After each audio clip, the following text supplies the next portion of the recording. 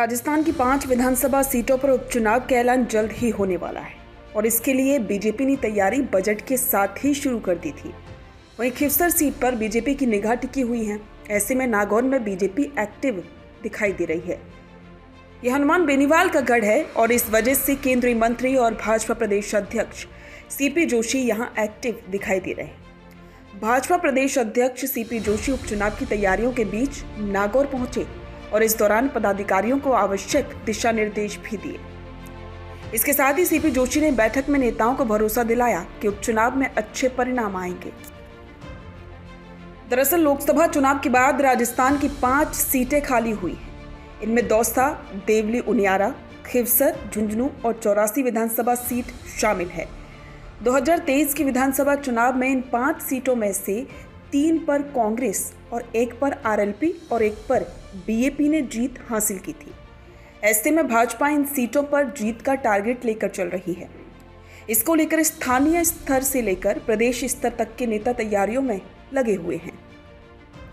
कुछ दिन पहले ही भाजपा कार्य समिति की बैठक में राजस्थान भाजपा के दिग्गज नेता समेत केंद्रीय मंत्री शिवराज सिंह चौहान शामिल हुए थे। इस बीच में भाजपा प्रदेश अध्यक्ष ने उपचुनाव वाली सभी 5 सीटों के प्रभारियों को स्थानीय स्तर पर बैठक लेने और प्रत्याशियों के नामों पर रायशुमारी करने के निर्देश जारी कर दिए ताकि समय पर जिताऊ उम्मीदवार का चयन हो सके। इसके साथ ही नागौर आए सीपी जोशी ने भाजपा कार्यकर्ताओं के साथ बैठक करके खिवसर विधानसभा उपचुनाव को लेकर आवश्यक दिशा निर्देश दिए।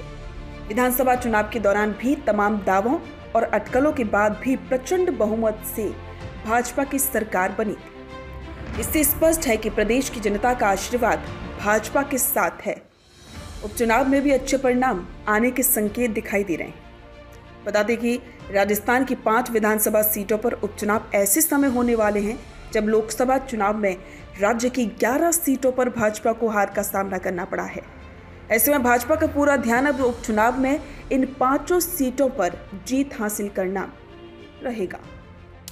एक तरफ जहां खिवसर में हनुमान बेनीवाल तगड़ी चुनौती है, तो वहीं दूसरी तरफ 84 विधानसभा सीट पर भी राजकुमार रोत एक बड़ी चुनौती बीजेपी के लिए है, क्योंकि वो सीट आदिवासी बाहुल्य सीट है और वहां पर वर्तमान सांसद राजकुमार रोत ने 2 बार जीत हासिल की है और इस बार भी राजकुमार रोत विधानसभा के उपचुनाव के लिए पूरी तैयारी कर रहे हैं।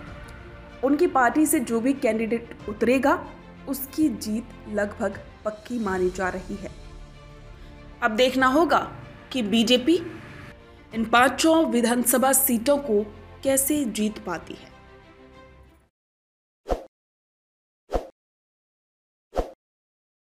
ताज़ा खबरों के लिए विजिट करें द फैक्ट इंडिया की वेबसाइट और डाउनलोड करें द फैक्ट इंडिया ऐप।